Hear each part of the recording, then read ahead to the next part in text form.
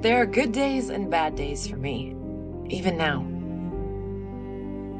Don't let the hard days win.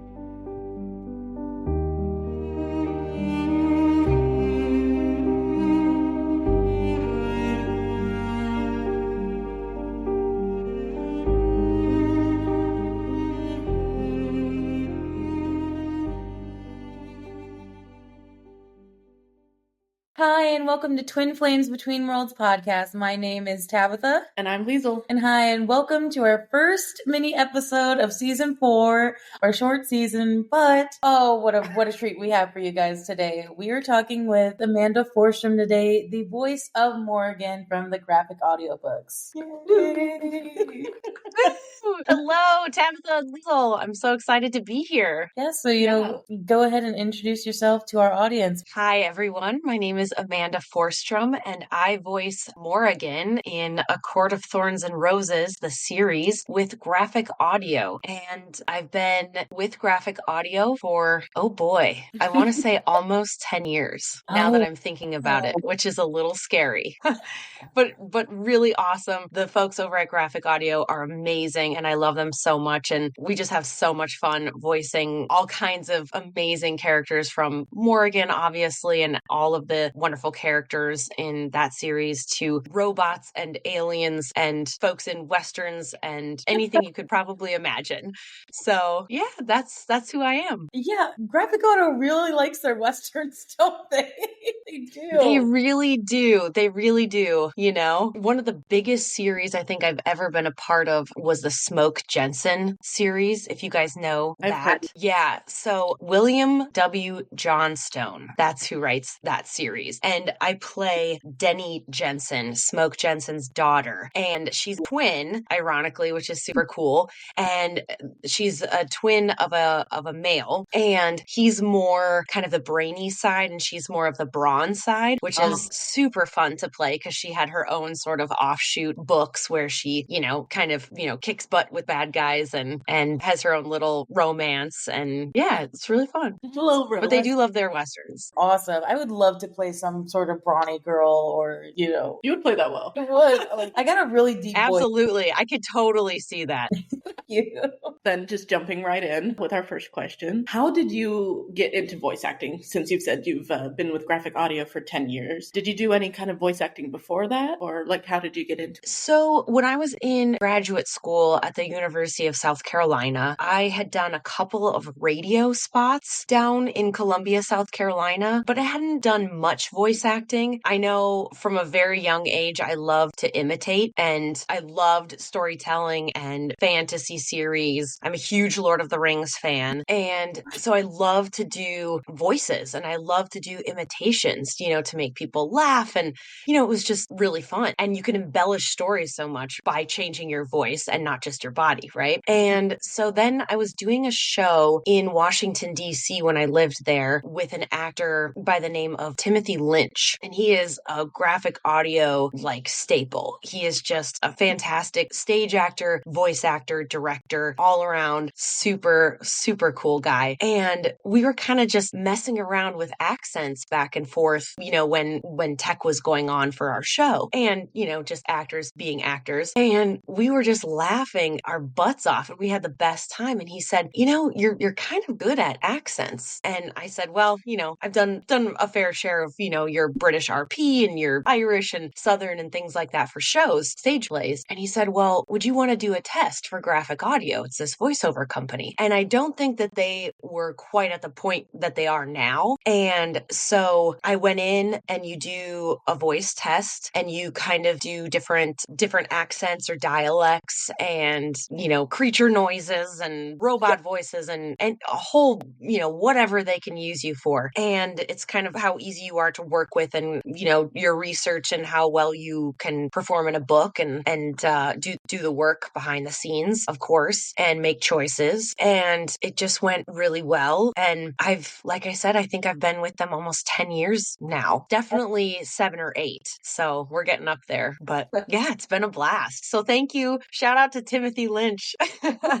For getting you into the game. Absolutely. Yeah. So awesome because like as someone who's only done primarily stage voice acting, and this is because we're musicians, we figured out, especially with Melody, because Melody's also a singer. Mm-hmm. I love the amount of talent that goes into voice acting sometimes can be underrated because when they think of acting, they're like, okay, on stage you're doing like, movements, like you said, and voice. But a lot of it is more, physical. Like, yeah, you're heard, but the point of acting is the physical and the changes and subtleties you need to make when you're doing emotions for specifically and especially if you're doing an intimate scene or, like you're supposed to show a change and like, okay, this scene, I got mad or something like that or upset. Like you're supposed to show that in voice and it's hard to do that. But ACOTAR was my gateway drug into graphic audio because I love the series.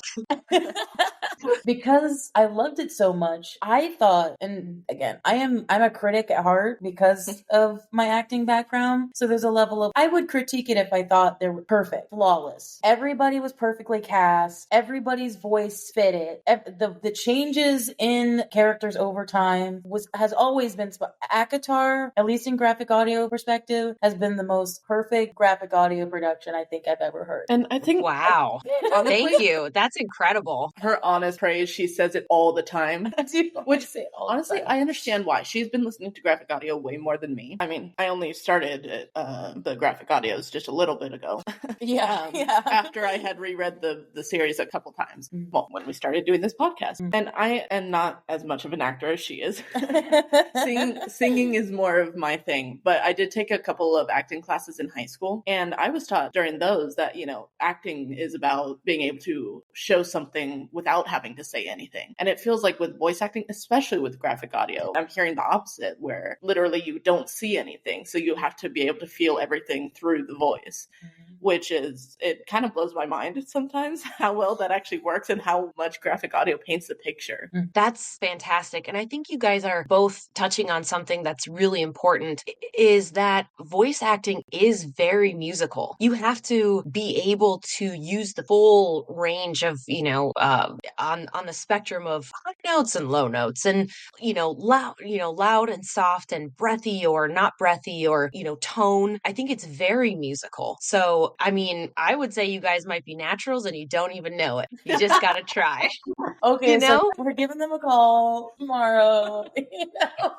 I know we've been asking Graphic to sponsor us. Oh, well, but you know what's funny is because we made a section specifically deep diving the graphic audio. So whenever we do a section, because I guess I never explained this to you. So basically how we do, because we're covering Frost and Starlight right now. And that's why I wanted to bring you on this time instead of earlier, because Moore's in here a lot. Basically, we split it up into spoiler episodes and not spoiler episodes. So it's like we're book reviewing the specific chapters for people who have read the book, but then for people who know the mass verse or they know all the way up to the end of Silver Flame, like we have those sections for them. And so at the end of all of our chapter reads, we do a graphic audio section. Legit, I have notes going through each graphic section to be like, I love this music here. When Moore says this here, I love this. Or, Brisanne being sexy. Okay, Anthony, stop, please.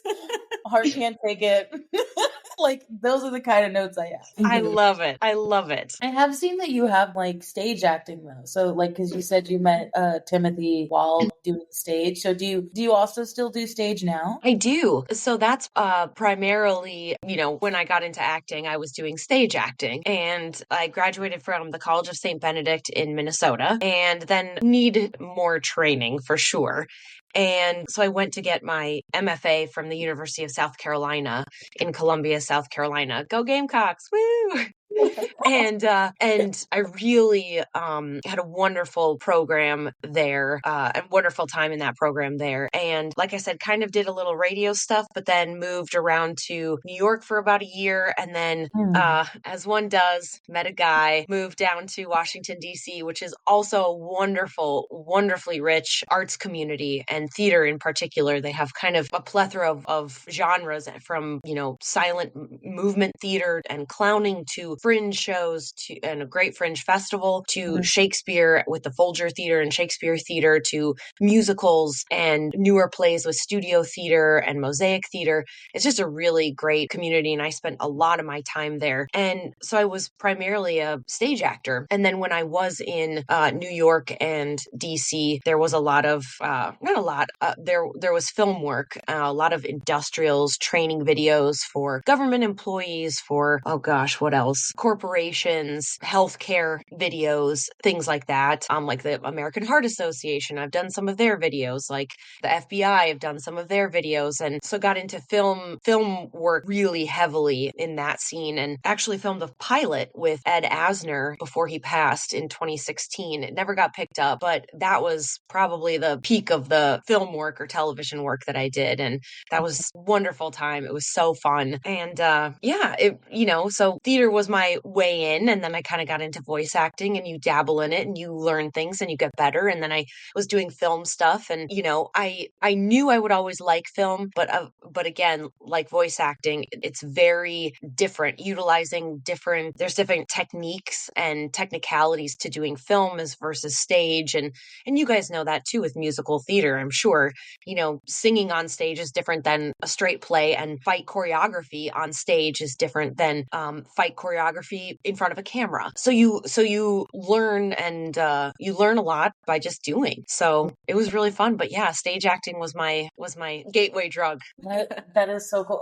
What's your favorite role that you've done? This is a side question. I just want to know. Oh man, I think. Do you know the book The Master and Margarita by any chance? Oh yes. I do not, unfortunately. Yes, I know what you're talking about. And I think it's Mikhail Bulgakov wrote it. Mm-hmm. And it was written during the time of Stalin, and Bulgakov couldn't leave Russia. And so he wanted to critique communism and the Soviet Union. And so he wrote this just prolific fairy tale. So it's kind of like a messed up Cinderella meets Dante, meets satire of parody of communism. And it's just beautiful. It's absolutely beautiful. And I did a stage version of that in which I played Margarita, and the whole cast was so wonderful. And there was this movement. So there's this scene where she puts this magical cream on her body and turns into a witch, and she flies away. How you put that on a stage, the magic of theater. And so we had these actors in black come out, and I was lit from the top, and they just lifted me up into like the stars. You couldn't really see them beneath me. And so it really looked like I was flying, and it was so fun to perform, right? Because people were just in awe of like theater magic. And it was just, so that's one of my most favorite roles of all time. And just the director was fabulous. Shout out to Allison Stockman from Constellation Theater in DC.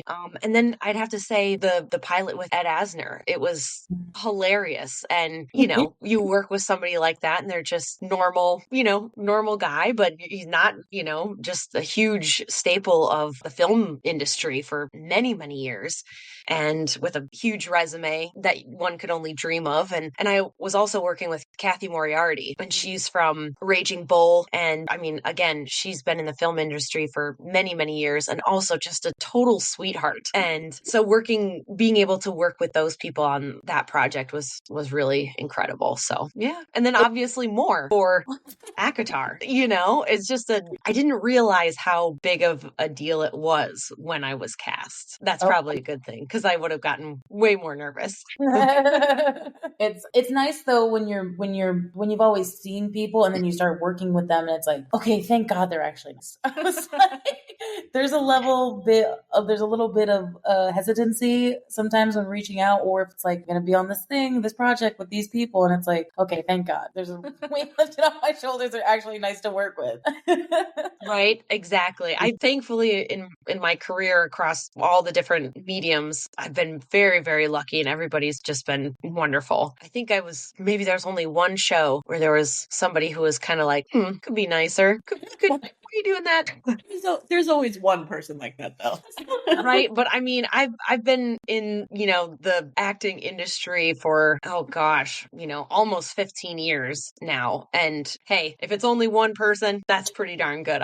I think so. That's the nicest way to say it. I would have said it in a moral way. So that's good. Let's keep that, because that's the nicer way to say that. But yeah, so how did you then, I guess, sorry, impromptu question, but so then acquiring the role of Morrigan, how did that audition process go, and how did you get told that that's the role? So the way and your listeners might know this already, so forgive me if I'm repeating something that's already been said, but the way that graphic audio usually goes is the author will come to graphic audio or vice versa and reach out and, come to a deal.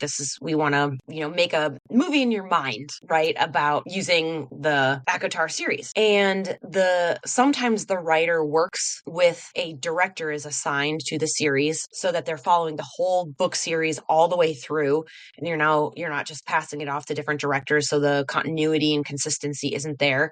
It's really important to them to keep the same director through the whole thing and work with the author and all of the actors and designers behind the scenes. And so the director will have an idea in their head of the kinds of voices and work with the author. And it's like, oh, this is kind of who this person is and their personality and what are some adjectives and how you want them to sound. And so then they'll kind of pitch some voices. And sometimes it's like, yep, that is that person. That's who I had in my head. And other times it's kind of like, let's hear, 4 or 5 different voices for Rhysand or, Morrigan or something. And the way that it happened for me is that the director approached me and was like, okay, I have this book series coming up. It's a pretty big one. And can you read a couple lines? This is kind of the synopsis. And, I just want you to do this snippet and can you send it to me? I was like, yep. So I sent the snippet and recording and I did it a couple different ways. And she was like, okay, I'll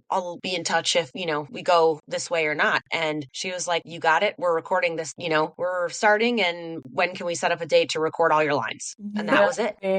So yeah, I feel very lucky. The stakes for auditioning for voiceover work is so, it doesn't give you as much anxiety as being in the room with 5 people at a table and you got a monologue and you got a scene and you're reading with this other actor and you don't know what they're going to do. And it's so much less pressure to just record yourself, make some choices, and then send it in and kind of be like, yep, if I get it, I get it. I don't. I probably should use that more in stage acting or in film acting, but it's hard when you're physically in the room with them. So well, and they have something which I don't know if you know this. Maybe I told you before. You probably have done. They have what they call a cattle call audition, which it's not with only 5. It's only with them people in the room. It's everybody.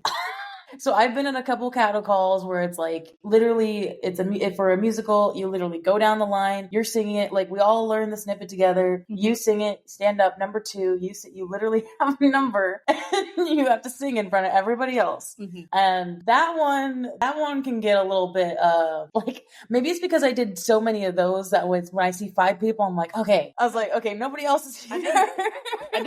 Right. I think you've told me about that before, but I don't think I've actually heard what it's called, because so in choir in high school, my choir director did the same thing when auditioning for solos. Is it wouldn't be like a one-on-one kind of thing, or it wouldn't be like, okay, sing with the group. It would just be go down the line, you're singing, now you, and you only prayed that you didn't go first. Yes, exactly. Oh yeah, those are probably the worst. Yeah. Yep. Especially for a musical when I was younger, because there was a level of everybody wanted to outdo everybody else, but it's maybe it's because I go into acting with with a more, I don't want to say pure intention, but it's like, I like acting because I like you said, I love storytelling. Even before graphic audio came out, I would sit here, whenever I listen, I sit and do the voices. Anytime anything's in quotation, I become resand. I become like, I change my voice when I'm doing it. I just naturally do that. And so whenever I go to audition like that, there's a level of people out trying to outdo each other, and then they get to me. And then I think I had one cattle call where I went up saying, and then the guy next to me, he's like, can I please go like not after her?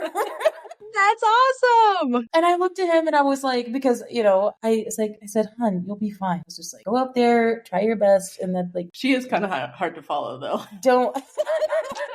Okay, so now I have to ask two things of you. What is your dream role? And then you have to sing a snippet of it. Oh my God. Well, okay, I don't want to be too cliche, but I guess, I would love to be. It's your podcast. You could be as cliche as you want.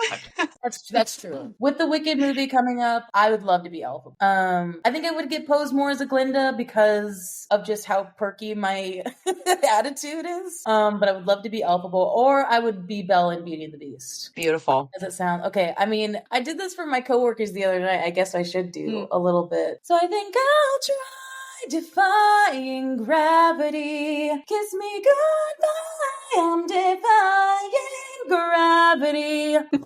Yeah. Oh my gosh, don't stop. That was wonderful. Oh my gosh, that is beautiful. Okay, well, it's just a matter of time. Elphaba in the house. with my Joseph Woke Up voice. Right. I love it. Oh my goodness. Thank you. I've never had to say, which is so funny. Can I say one thing before we continue? I love how, I think when we started doing interviews, it was hilarious because I would tell, I told, Gabriel, Melody, Anthony, Henry, I all told them, I was like, oh, I'm an actor. And then I think it wasn't until Anthony and I went, wait, so you just believed me? I could totally be lying to you. Like, I'm not, but I could, like, I think you can tell from your personality and the way that you speak that you are an actor. There you go. Well, the thing that Henry knew, his probing question was for me. He's like, okay, where do you go after a show? Do you go to IHOP or Denny's? I went, IHOP. What are you talking about, Denny's? He's like, oh no. Oh, did he get so upset? Uh-oh. Is he a Denny's stan? No, he was an IHOP stan. Oh, perfect. Okay, you're on the same team. Love it. So he was just like, yep, you're an actor. And then it was Anthony, sweet boy. He was like, he has like the sexiest voice, but also like the sweetest personality. It was so jarring. I was like, my God. No, I was just going to say, did you even recover like between his personality versus his voice? Because sometimes that really gets me too. It was hard because then she was just like, can you say hello, Tabitha darling? And he did it. And I was like, oh, stop. It's like, please. Well, the thing is, he did it right off the bat, no hesitation, while we were still talking. So we had to ask him to do it again, and he did it again. Oh boy. Oh boy. And I have the sound bite. Yeah. Oh, I can just tell by your voice. And I went, oh, he's like, I don't know where you're at, but you're definitely projecting. And I was like, perfect. Got it. But yeah, sorry. It's way digression. We kind of do that. We kind of just digress randomly. This is wonderful. That's how we get the best stories. Exactly. So throughout our interviews with the other voice actors, we asked what their process was for learning about a book that they're going to voice act. So a book like something from Sarah J. Maas. Do you like to read that kind of book, like fantasy and romance type books? I read more of those types of books like Twilight, when I was younger and had more time and wasn't reading plays. Yeah. So I do miss it. And now that I'm done, I might go back and like revisit all of the books, because I have more time to kind of like let it soak in. And the other thing is, it's kind of the double-edged sword of playing, and I'm sure you guys know, of, playing Lady M, right? In Macbeth. You have this standard or so-and-so played it, or, they have this Morrigan voice in their head. And I had to sort of, right when I got the audition, I had to make choices right off the bat about, who she was to me, where she sat in my register, and kind of knowing her journey and where she was going. Yeah, just kind of what choices to make there right off the bat. And if the director likes it, they like it, or the author likes it, they like it. And if they don't, they don't. It's, just what somebody has in their their head. And as far as preparation, I'd say like beyond the normal, reading through the script and building, peak moments of, emotion or conflict and between characters and things like that. I think I'm trying to think. So yeah, it's 4 years ago, almost 5 years ago now. That's crazy. I think maybe more of her like physicality, study how they describe that she moved in a room just because she is such a great fighter, but she's also supposed to be very like sexy and lithe and kind of cat-like almost. And so I kind of tried to imbue my voice with that. But as far as, research, I mean, beyond, I mean, you could go down the rabbit hole of stuff, but at the end of the day, you just kind of gotta make choices and be able to justify them, I guess. So, Can I ask then, was there like a specific moment when you felt the click of being able to personify more? Was there a specific moment where you felt like, okay, now I understand this character and I can voice them properly? I think it was, I'd gone through the book a couple of times, and then like ironically I was working out, and I think it sort of that raw place, if that makes any sense at all, where you feel like really in, and I get this maybe a lot with just being a very physical actor, and like I have a dance and martial arts background, that I feel fully in my body, and there's something very like raw and intimate and kind of, I don't know, I'm not trying to put anything on the voice. It's just as like, it was a really nice place to sit, and I felt like sexy in myself. So then there's something freeing in your voice when the rest of your body is that way, maybe. If I don't know if I'm making any sense at all, but I'm sure when you do, your martial arts or musical theater, dance and stuff, there's something about, having it click where you're not worried about any what anybody else thinks, and you're just so fully in it that then it's like, oh, there it is. That was it. Now how do I get back there? Next book, Like when you click because you've done something so much that's like everybody else fades away and it's only you on the stage or you and yourself or wherever your like focal point is, and you're just doing it.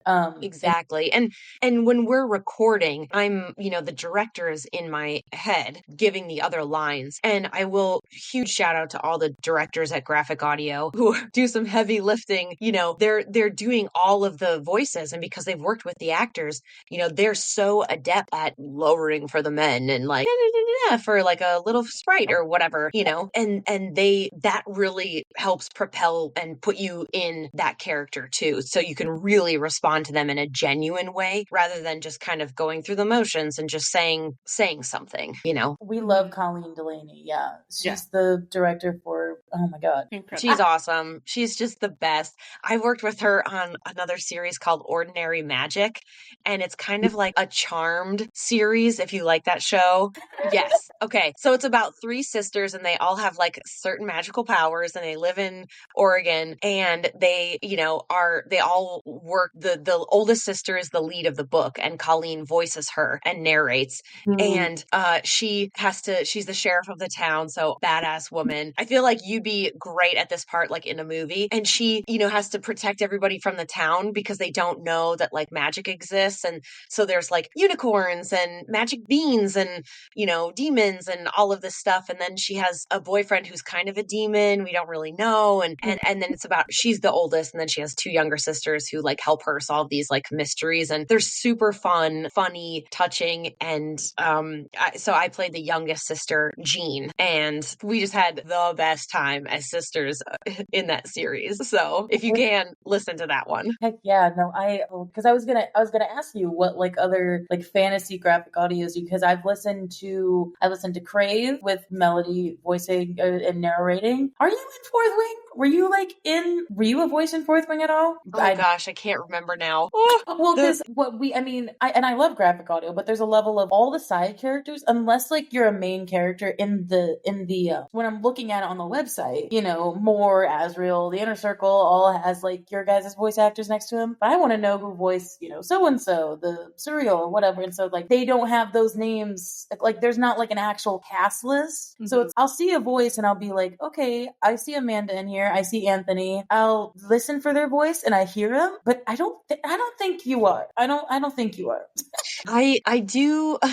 So here I have a list of some of the series I've done here. So if you know Gunny Rose, those books at all? That's also kind of a warlock witches, I don't know, it was a Harry Potter-esque sort of series, but they're but it's a female-led series. And I play the younger sister Felicia, and I actually narrated that book from her perspective, as well as did the voiceover for her lines. The Smoke Jensen series, I play Denny Jensen. Ordinary Magic, I play Dean. There's a huge series that's going on, seems like forever. I think there's 22 books, and it's called Curtherian Gambit. Yep. So I play, excuse me, I play Tabitha in that. Her name's Tabitha, which is great. And she's also kind of ass kicking, which is really fun. That is awesome. She's very sassy. She's a lot like Morrigan in that way. Very sassy sometimes. And oh gosh, the other one I did was the Divine Dungeon series. Oh, because I follow graphic art out, so like I know what you're talking about. Yeah. So in that one I play a wisp. And so she's very up here. She's like this, and she's like, oh, she talks like this, and you know, it's Cal, watch out for this. You know, and she's also sort of British, but not totally British, which is kind of a weird thing to try and marry in your head, but that's super fun. I play a lot of kids too. So if you hear like kids' voices, I'm trying to think of one I just did. I played the mom and the kid, and one of the which was really funny. And then I played in the series The Boys. They have that at Graphic Audio as well. And I played what is her name? She's the head of agency and always at odds with Billy. Rainer, detective, or yes. Yep, I play her, and that was that series was graphic. Put the graphic in Graphic Audio. It's like, well, because whenever I say wait, I had three thoughts of what you said. First of all, the mom and children thing totally makes me think of like the traveling Shakespeare companies where it'd be like, we're gonna do Midsummer, and there's like 6 people. Yeah, mom, help me. Like, and then, you know, you're playing the same part, and then you run around the stage, and it's just like you're playing the kid who gets killed or something. Yeah. And like when you said that, that's fully what I was thinking. And then second, what I love about Graphic Audio is when I tell somebody, so I don't tell people to listen to the ACOTAR graphic the first time, though I got my dad in it, and he loves ACOTAR. He loves the Graphic Audio. Like he's not really a reader, like a physical reader, but loves listening. And I think for him, that's fine. I think if you're like an actual reader, I think sometimes Colleen does this good because she has everything in there. I will say my one critique of some of the Graphic Audio directors is that they'll take out chunks of pages, and I'm like, and maybe it's because I've read so many plays, but there's a level of the author wrote those. They're important. They're there for a reason. They're like character development or like whatever. And when some of that, I'm like, that was a side note, but I will tell you my first impression of Moore's voice when I listened. It was a click. I heard it in Akamath, and I tell this to Liesl all the time on the podcast. It just feels like sunshine. Lovely. Every time I hear her, it's like a ray of light, and that's what she's supposed to be. Yeah. And it's so great. And actually, I think the first time that I heard you as Moore, Tabi was showing me just a clip of the Graphic Audio, trying to convince me to listen to it. Say, like, you know, talking about how great it was, which obviously I understand why she said that now. But like, I think it was like the scene right in Akamath when Moore comes in the morning and is like, someone's getting under Reese's skin or something like that. And it was just like, I heard it and I had already had the image of Moore in my head. I'm like, that sounds like Moore. Like, I can't imagine Moore anything else. Oh my gosh, that put my soul at ease. Thank you. I think it was that went well. Yeah, absolutely. Yes. Her first line, and I was like, oh, I'm gonna love it. Because I'm an ACOTAR critique. Like I'm gonna tell you, like I told everybody else, you guys are in my headcanon now. ACOTAR, I would love to be an animated series instead of a live action. You guys should just do the voices of the animated version, and that's it. Putting it out there. Yeah, if they do like in the ether. If they do an animated version and it's not your voices, and it's like outrage. I love Moore's voice, and I think especially over the series, I don't have this like here, but I will ask you, I did pick a quote for you to say, which will be at the beginning of our episode, get the intro, but I think Moore's over time also developed for me. And I love how, I said this specifically to Melody just because, you know, Feyre is the person we're following for most of it. Everybody had a character switch, you know? I, especially Moore though, because I think SJM as a writer does a really good thing thing of even the inner circle, who are supposed to be side characters, are actually then going to be protagonists of this next era of ACOTAR, which we'll get into a little bit later. But yeah, especially by the end of ACOWAR, I was just like, yep, this is it. That, like, you hit all the emotional points, especially for that big monologue. I was like, oh, thank you. Ooh, that was a tough one. Like to embody and to sit in, and we did a few different takes and different, but yeah, I mean, it's a I don't want to spoil anything, but yeah, it's a big, and you learn a lot about her, and you're right. I'm glad that you notice the nuance of change, because more about her after that. And so the way she is with Feyre changes, Mm-hmm. Yeah, so I have the quote for you. If we can get an example of your Moore voice, I would like to say the very iconic, there are good days and bad days for me. Even now, don't let the hard... It's in the outline, by the way, if you wanted to pull that. Okay. Let me pull that up here. I love that quote. I tell it to her all the time. Even before she knew ACOTAR, I would tell her that. Mm-hmm. I was like, don't let the hard days win. And it's, oh God, it's a tearjerker. I'm going to start crying now. I love it so much. If you start crying, I'm going to start crying. Oh my gosh, don't start crying. No, tears of joy. Beauty of the quote. Yeah, SJM had some pretty good quotes. Well, because it was there. even in Akamath. Like, it was like that whole Moore, Cassian, Azrael, and even Amarin to an extent was all helping her, Feyre, through and like that was also a big part of that, especially Moore. Mm-hmm. So, oh gosh, let me see if I can bring her up here. It's okay. If you need a minute, we understand. There are good days and bad days for me. Even now, don't let the hard days win. Ish. Yeah. And like, again, this was so long ago. I forgot how I even did that, What? Yeah, and like you need the context of the scene. As an actor, sometimes like there's a level of context. I understand. It was beautiful. I love it. Yay. I am curious though, even though it was a while back, but do you have any like specific quotes from Moore that you really like? Oh gosh, I love some of I can't think of the exact wording, but I love some of them when she's just sassy and like tells Feyre, we need to take you shopping, basically. Like, what are you gonna wear that? Please come step into my closet. Something like that, or where she's always giving Reese shit, is really fun. But I think that those are the funnest times, of course, to play more. Like we were talking about that big monologue where she reveals a lot about what happened to her, to Feyre. Those obviously stick out, but they're harder to do. Not as fun. More challenging, but still overall, just part of her, and you love her. So yeah, honestly, Moore had some really good quotes, and I think they all do. It's crazy. I definitely admire you and any voice actor that does a monologue such as some of the ones that Moore does. I probably could do it if I tried, but it would take me forever. I mean, ACOWAR ruined everybody. Yeah. Everybody had an emotional part where it's like, okay, I gotta dig up deep for this one. Yeah, that's true. Yeah, no, for sure. And like it's just like stage acting. You gotta like find that down there and really like get in the headspace that character is in. And I would say like breath, and this goes back to the musicality. Breath is so important to support that, and that whole monologue and the journey, and the nuances of it, and where you want her to almost cry or really get down and gravelly, and when she's having this memory or an angry really painting that whole picture. So absolutely.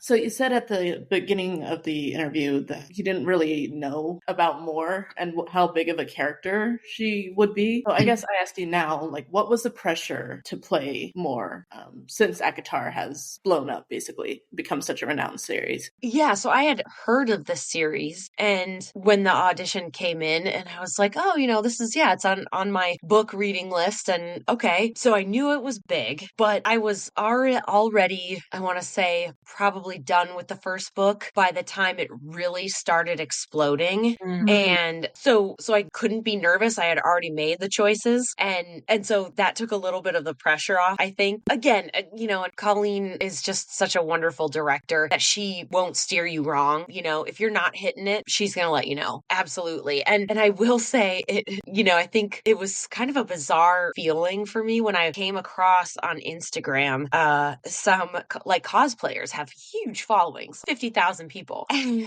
or more. And some of them, I came across one, she's all in red and she's got blonde wig and the ears on and all this stuff. And I was like, wait a second. And I came across it and I'm like playing it again. And I was like, that's my voice. And I was reading the caption and I was like, holy crap, these cosplayers are using clips from graphic audio and like doing, acting out little snippets, which is super fun, or like on TikTok and stuff. But it was so disconcerting to hear my voice like out of somebody else's like face or mouth, Wow. And so that totally blew me away. That was like, oh, now we're on that level of like fame, So that was another kind of crazy thing that happened. Or I had a actor friend who got married, and he was also kind of did some voice acting, and he had lived in London for a while, and that's where he mainly did it. And he's got this very deep, very deep baritone voice, and it's very rich, and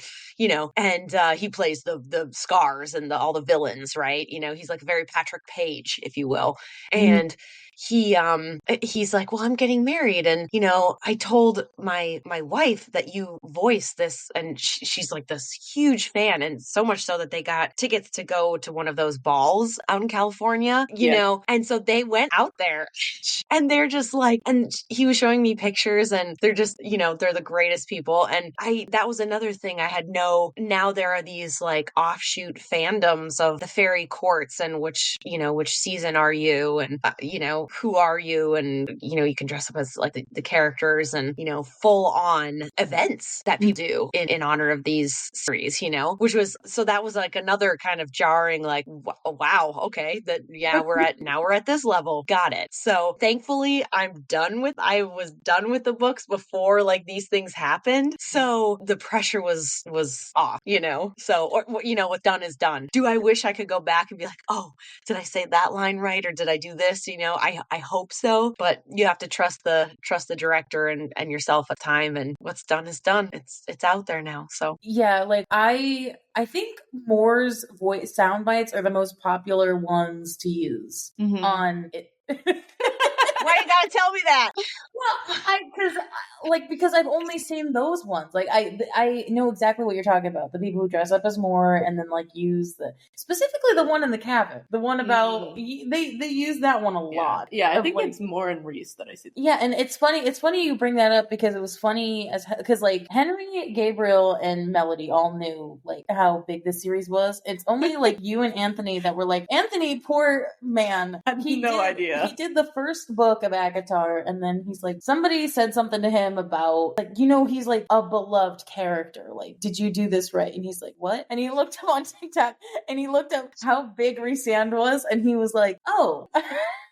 Like, oh, sweet summer child. Oh boy. Had to straight into Ackerman. The TikToks are about to roll in. Oh my! But you guys, I don't think you guys did it amazing. So I don't think there's okay, yes, like you said this at the beginning. People are allowed to have their opinions, but I will say, from a practical but also an acting stamp, I thought it was spectacular, spot on, no critique. I don't think any emotion miss that would fit. And so I think honestly, there were some emotions that I didn't even imagine there to be when reading it. Yes. And then I heard that in the voice and I'm like, I hadn't even considered that as an emotion, but damn, it's perfect. And I have something to say about that when I get to so I will say, okay, I've made it long enough. We can now talk. So anybody who hasn't read up to the end of Silver Flame, if you want to keep listening, you can, but also like spoil yourself. We are going to be talking about more now, and actually the spoilers. So please, spoilers ahead. Oh my God. Where to start? Okay, now we're starting. No, you brought up such a good point, because I feel like everybody, but specifically you and I would say John Cassian, I keep like bring up their names like I know them. Sean, who plays Azrael. Nora, who plays Amrit.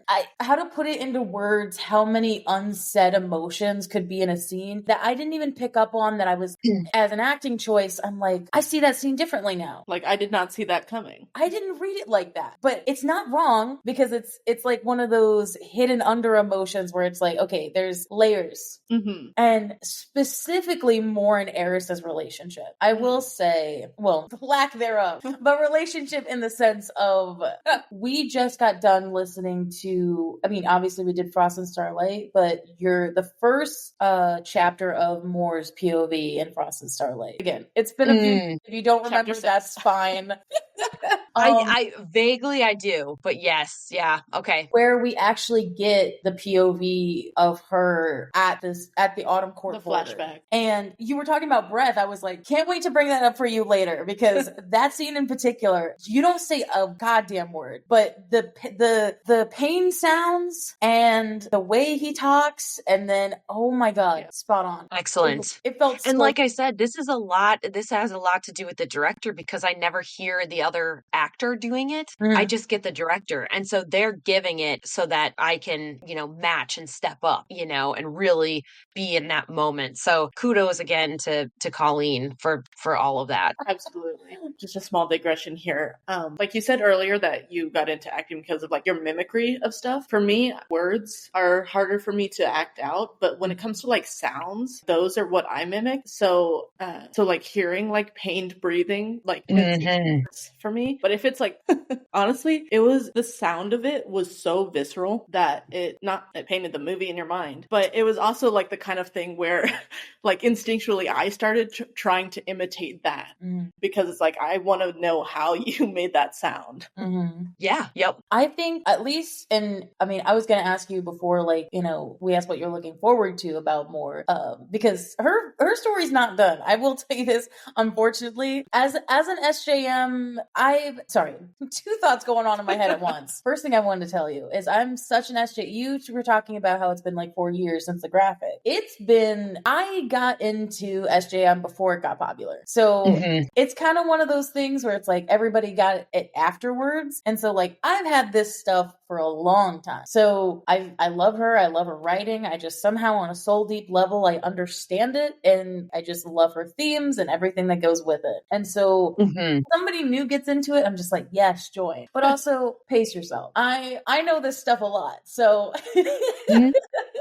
well, it sat with you for a long time, And every time I reread it, as I get older, different themes, different characters become more prominent. Like at first, I really did like Elaine, and now we fucking hate her. And like not hate her in the sense of we rag on her constantly. I see it differently. And I understand Nesta more. I mean, she's still had her bitch era, and she still is a bitch. But I was gonna say, do we have opinions on Nesta? Because there seems to be a lot. There's the big controversy over her, which is I find hilarious, is every time it's a powerful woman or somebody who speaks their mind, or like even Amryn to a certain extent, somehow comes across as bitchy to the rest of the world. And I will say, like, you can be bitchy, but not terrible. Like that makes sense. Like you're not necessarily bad if you're bitchy. I mean, there are better ways to communicate, but as a woman, it's funny when a guy does that. It doesn't it's like, oh, you're strong. That's how you're supposed to be. The double standard. That's not how it works. And I do feel like Nesta is also one of the more popular like cosplayer characters too. Besides obviously Feyre and Morrigan, but Nesta is like, I see her a ton. I don't have TikTok, but on Instagram reels and things like that. And so it's just always interesting to see then how they cosplay her and which like snippets they choose and like quotes from the book that they choose to put out there. It's like, oh, that's what you're okay. So that's where you sit on her. Okay. And nobody is free. Maybe it's because of like a bit of my practical nature is nobody's free of my critique or nobody's free of ragging. Like even Rhysand has got it in moments, like especially in Silver Flame. There have been moments where I'm like, babe, I love you, but you could have done that better. And even we've ragged, unfortunately, on Moore before. Not because she's hiding who she is and liking girls. It's the come out when you want to come out, because that's like a very tricky situation, okay? Especially as a straight person, like I'm not gonna be just, I understand that. But there is also a level of Sorry. Whenever she got mad at Nesta, and because she kind of wants to keep Cassian and Asriel to herself because it's been like that for 500 years. And so there's a level of doesn't want to let Cassian be taken away. And especially by her, Right. of all people, like the person, like she doesn't feel like deserves it, but it's like, but why do you get an opinion on their romance? And like, sure, I understand that Totally. more annoyed and upset because of how Nesta treated. That makes perfect sense. But it's almost like a more possessive of like, well, I don't want to be with you, but you can't be with anyone else kind of thing. Yes. It's like, I want to have you. Yes, exactly. there's just the whole thing about related to Az, which I'm an Asriel girl, so I get very defensive of Asriel and how Moore is constantly leading him on. But I totally agree. It like bothers me, Amanda, as a person, but you just gotta like play into it, But I totally agree. And I think that like the whole deal with Cassian is that she wants that affection and she still wants that like shield. Like, see, look, he wants me and like Az wants me and look at all the boys who want me type of like shield. And it also feels good, right? I imagine. And so to lose that, and especially like you said to Nesta, a more, I want to say well-adjusted, but a more like less maybe narcissistic or selfish side of her wants those things. But ultimately I feel like she's got a good heart and, has just had a very troubled past and is struggling with revealing, her true self. And, so how much do we hold those actions against her? And, And that's the writing, but it's also like, this is why I love SJM. It's like, okay, don't make a 2D character. I love this. I fucking love Moore. I love Reese. I love everybody, but give them some depth. Give them moments where I'm just like, babe, why did you do that? Like, I think that's a sign of a good character, though, is if they can make you feel the good emotions and the yes. like they're not just some perfect character that's up on a pedestal. And even the bad characters, like going into Tamlin or Eris, like I will say with Eris it's complicated because there's a level of to where, how do I say this? He seems like a character who actually has good intentions sometimes, but he's just an asshole. That's him. Like he grew up an asshole. That's how he's gonna be. And but he also could have some depth to him as a character that we just haven't seen yet. Yeah, and I love seeing that. But even the bad characters, like we were obsessed with Amarantha. Her voice act, fucking loved it. Like even Amarantha as a villain, like we hate the bitch. Like we hate her. But like there's also a level of she was badass. She was a badass bitch though. She was that level of I can understand why you're so angry. Yeah. So absolutely. And she was smart too. I will say one of my favorite moments of Moore's though that I think I liked the most wasn't just the monologue. Oh my god, where was it? I think it was in Akamath somewhere. Okay, say what's your favorite Moore moment so I can freaking think, because I feel like the monologue in Akawar is a moment for me just because as someone who's come out myself, I relate to it, and I also understand her situation of she didn't, obviously her parents were not supportive. We don't even talk about right. But I think other moments that I really like are not even necessarily big moments. I just like any time that like she and Feyre were out in Valaris just talking and walking arm in arm, just being friends. Those kind of where it doesn't have to be like action all the time in every moment of the book. They can have moments to just be people. Yeah. And like I think I said this earlier, but I really like her levity in times of, oh shit, we don't know how this is going to end. And she's like, well, whatever, here we are, and she's just, are we going to do this or what? Are we going to, and she's just kind of got this flippancy that brings some levity to this, to really dark times, so I really enjoy that about her and voicing her. I do really like that first dinner that they had together in the House of Wind. Yes. More made that vibe like totally relaxed. We were freaking out with Feyre of like, oh my god, I'm not gonna like these people, and then Moore's like, hang on, I need to talk to you before Aemon finds you. Yes. Yep. Let me tell you how it really. Yeah. We did the same thing. Oh my, we're in tune. I think my favorite, I mean, again, yes, the levity and sunshine I love. And I think it was the very like striking after the Court of Nightmare scene with Eris and finding out that, you know, they're going to come to Bellaris, and then, you know, Rhys made a deal behind her back, didn't tell her anything, and just them winnowing to the house. And then like, how could you? Like, oh my God, like that. To see the serious side of her. Whole scene was so like, because I think that was at her rawest. Like, you didn't tell me anything. I walked into that thing blind. They're working together now. Like after all these years, could totally understand that. And she's just breaking down. And it's like everybody's watching, and she doesn't give a shit. All she wants is to get the why. And so, and the fact that it was planned, that he's just like, I planned it. He says, why didn't you tell me days ago? Yeah. I understand needing to brace for that kind of thing. Like, it's not going to, you know, ease all of the hurt, but at least it'll be like, okay, at least I can brace for this bad thing that's going to happen. Exactly. Yeah. Yep. Versus also like the fact that she was just thrown into it and then kind of looked weak in front of Kier and Eris. Yeah. And not being in control. More does not like not being in control. I understand why.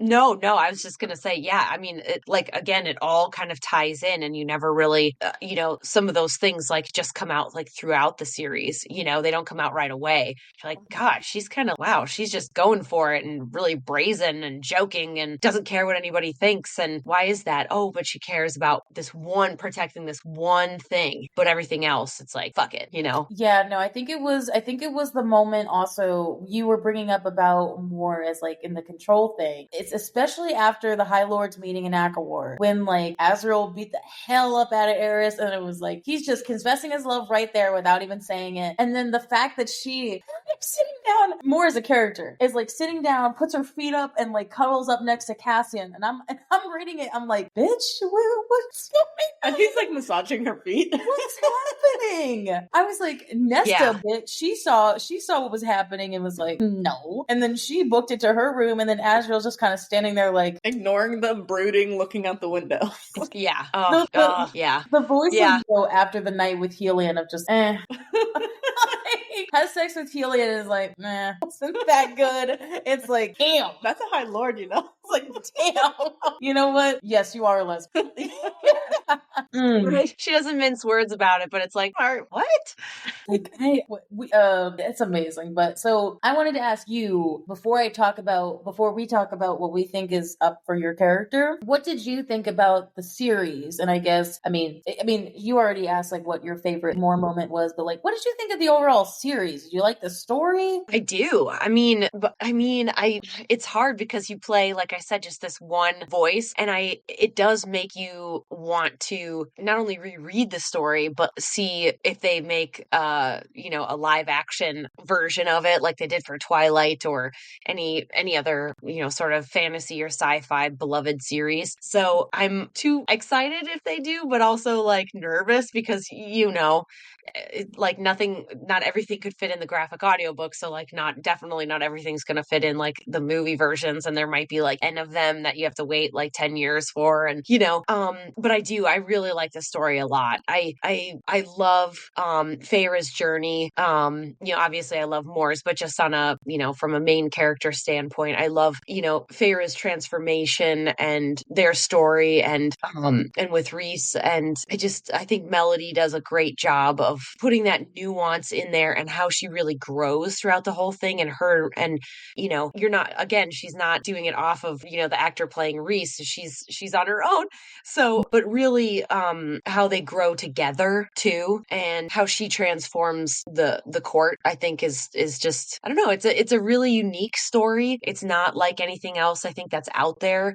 And she's a female protagonist, which is really awesome. So yeah, it's badass. It's great. You were just talking and I just realized something. We go gaga over the guys' voices. You know how in like society, it's mostly, there's like this, more often than not, when the woman's voice comes up, they're just like, oh yeah, that's cute. Or like, I love that.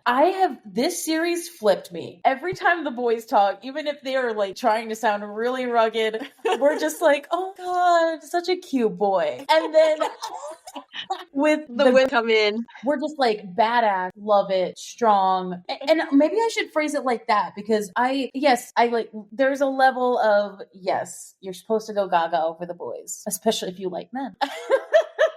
So there is also a level to that. But I realize now that the reason I talk about the women in a different way is because I see them more in a very strong emotional role than I see. Yes, inspirational, strong, very, very depth, 3D, not like a 2D character. And let's phrase it that way more than like me just being like, oh my God, but I do love the boys, not trying to, how do I say, diminish them because their voice, they're strong as well. They do have badass moments. But I will say, more often than not, my first gut reaction as the reactor is, oh, like, oh, that's our boy.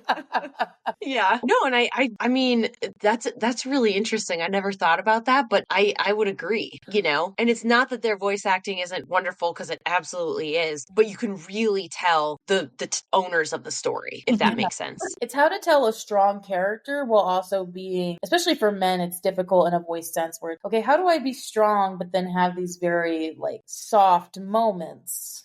And it's like they do it spot on. And it's hard. But then, and then especially for the women, like doing something that's, I mean, trying to sound, I don't want to say sound feminine, but sound strong while also trying to then be like in a romantic scene where, okay, I'm gonna act like this now. Right. Yeah. And like be very intimate and, you know, sultry or something. And more like traditionally feminine. Yeah. Yep. So it's all like a nuanced shift, and it's like, it does it so well. So I think that, oh yeah, like, again, I've listened to, like I said, Fourth Wing, Crave. I've listened to Blood and Ash now. I've listened to at least 4 other graphic audios with other directors. Not that those directors are bad, just saying that. But it's, again, Avatar, flawless. I don't think I'm, at least as far as we've been, there hasn't been one moment where I'm like, what choice was that? Like, or good. Good. Or how do I say, how's a better way to say it? I don't understand the choice. If there's sometimes where it's like an actor or like music or, you know, a sound pops up, I'm like, oh, that's not what I thought, but okay, that was seamless. It worked with the shit. Like, I didn't throw me off. I love that. And then there are others where I'm like, where's that? Where did that come from? Why is okay? Yeah, so I can't say that enough. And I will say that forever and always. Thank you. So what I think is going to happen for more, at least in my SJM godlike, I don't know what the fuck I did that. God tier. My God tier level of knowing Sarah's writing, especially after reading Throne of Glass, Crescent City. I think her and Emery are going to be together just for the simple fact that once Emery saw more, she was just like, Putty in the hands. And also more to like Illyrians, just not the Lance. She likes the Illyrians, but she likes women. She's never been with an Illyrian woman. No. She's got to give it a try. And she's a Valkyrie now. True. A warrior. So Emery's a full-blown warrior, so yeah, no question. I mean, kind of a perfect fit. I tend to agree with you. So we'll see what happens. I'm anxious to see. Do you know by chance if Sarah is writing anything right now? She's writing, so the next thing that's coming out is Akatar 5. Well, okay, I hate that, sorry. Frost and Starlight is a book, so I call it 4, but because people think it's like 3.5 or whatever, so it's like, okay. It's Akatar 6. It's the 5th big book. I'm pretty sure it's going to be from Azrael's perspective. I mean, more will be in it, no doubt, because all their journeys are intertwined, so obviously she's going to be it, especially for his romance. So, but I don't think it will be more story until like the next one, which sucks as a waiting person, but I also think the reason that more will be, we give her our honest, I think there will be a little bit of deception with more because she's been on the continent. There will be some sort of deception afoot. It'll seem like she's maybe turning on them on the inner circle, but she's not. Do you want to explain that better? Yeah, so we came up with like this theory a little bit ago when discussing this in one of our episodes, where we think that Moore is going to betray the inner circle, but it won't be like a real betrayal. It's because, you know, Reese is sending her over to the continent to be a diplomat between all the different territories, Fey territories. So we think that like she's gonna go over there and maybe betray our the inner circle. Just, I don't know, maybe as like a way to get into those territories and earn their trust, but then kind of be working like a double agent kind of thing. Yes. To them from within. Right. But I also feel like, and we've talked about this, we also think that the inner circle might see it as more of like just the betrayal. And so I feel like there's going to be some conflict between that of like her saying like, no, it wasn't actually real. I got this valuable information, and then being like, Right. Aha. Yes. That's kind of I like it. I like it. Because the reasoning is not that you need reasons, but like I think because of ACOWAR, there was this level of, because I know Sarah and because I've read these books so many times, when they talked about Moore and Reese's rift, they said this caused a break in the court that will be felt. And Feyre says that. And it was a line, and I was that's gonna come back. Yes. Highlighting that. That's gonna come back. And then also, these courts are not good. These ones are the ones where the one like Rask and Balahan and Montessor. Bingo. Bingo, got them all. They were all gonna side with Hybern, so they're bad folks. So Moore coming in, even though how elegant and persuasive she can be, I think there's a level that she's not gonna really get their support in the way that she needs to, and so she needs to do it in a different way. And I think just now I thought she's gonna do the same thing Reese did and not tell anybody that she's gonna go. She's just gonna disappear. Oh, so, well, now that you say that, it makes me wonder if her and Reese will use the rift or like perceived how bad it is by everybody else. So they think that they can then persuade more. But really they know that like, hey, you know, we're ride or dies, but we're going to use this, what you did to me. I'm going to use this to go and get on their side. So don't think I'm betraying you. And so Reese might know, but everybody else, you know, what's the fallout of everybody else perceiving that rift and then thinking she's like siding and betraying the inner court. And yeah. Ooh, that actually good stuff. I like it. It does make me wonder if it's going to be like a situation where, because of rift and using that as a perceived, she purposefully distances herself from Reese, and maybe so the one that she tells is like Feyre, for example. Now that Moore has shared her secret with Feyre, they have that closer bond. She can mind speak too, so so like what if Feyre ends up having to keep that secret from the rest of them? I don't know. This is all like theory now. I love it. I love it. Oh, this makes me so excited to do the next one now. Oh, now I'm going to be waiting forever. So there will be totally more for her, and also especially in God. I make that joke every time I say, "Yeah, there'll be more for Moore." Jesus Christ. There shall be more from the Morrigan. But yeah, though, I will say one more thought before I do my outro is this is what I was thinking of earlier that I forgot about. The one graphic audio moment was like cemented me in for you it was the Human Queens when she was the one time she used her power.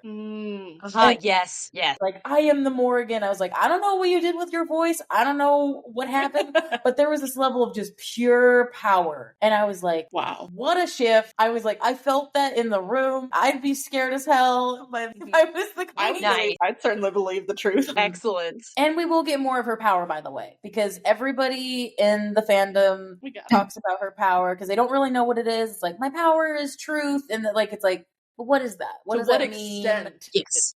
So it's like either you, which is funny because we also said that Morrigan was also the person who told the lie to the humans that because in the first book, Feyre, it's common knowledge that fairies can't lie, and I think Moore was the one to start that lie about because she's like, well, I can't, you know, my power is truth. I can't lie. I can't lie, so fairies can't lie. So then that perpetuated centuries, and then 500 centuries later. Yeah, right. Practical joke that Moore made. And then it's like, oh shit. That totally would be something that she would do too, you know? So I'm so excited to hear more from you. I love that I got talked to you, and it's like, if you want to ask us anything. Or do you have anything to plug for anything upcoming? I recently moved back to Minnesota, and I started a theater company of my own called Bad Mouth Theater Company. And if you're listening and if you're in the Twin Cities area, Florida, like come out and see our shows. And we do free readings of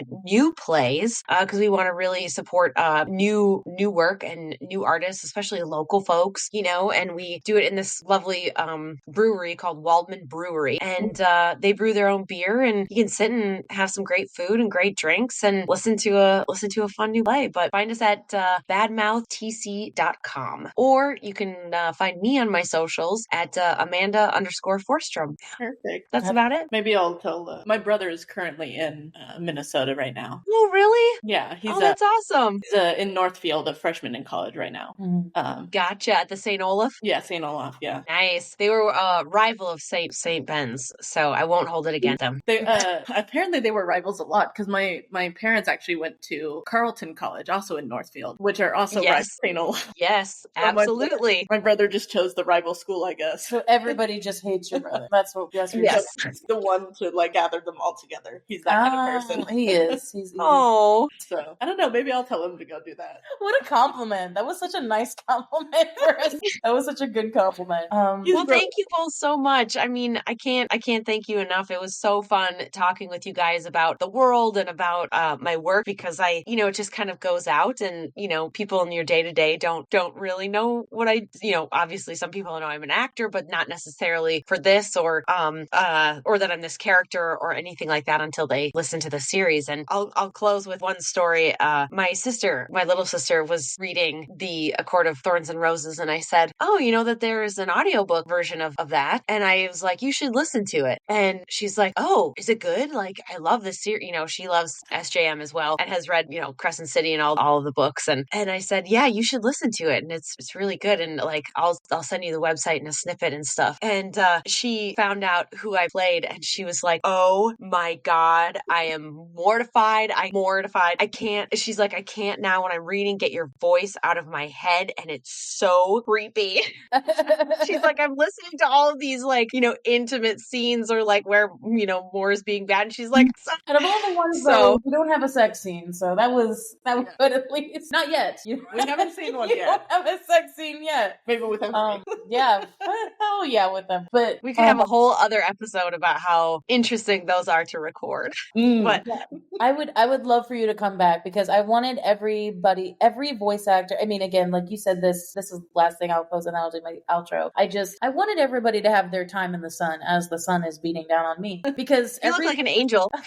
Thank you. Every voice is again, there are moments where it's like, oh yeah, our viewers know graphic. If they've listened to all of our interviews, they would know. But also, everybody's voicing or voice actor journey or just acting journey is different. Everybody's different personality. I wanted to reach out and give everybody an opportunity to come on because we love the graphic audio so much and we praise it so much. I wanted everybody to be able to come on and tell their story and, promote themselves. And, as artists, we're supporting each other. And this is, I guess, my way of helping support this. Mm-hmm. Absolutely. No, you guys are doing a wonderful service for all the fans out there, and also the artists. And we get to come on, like you said, and promote what we're doing and tell about our journey and about our process, voicing these characters and, other voiceover work if people are interested. So thank you so much. It was such a pleasure. You guys are great. It was so fun. Of course. Well, thank you. Thank you.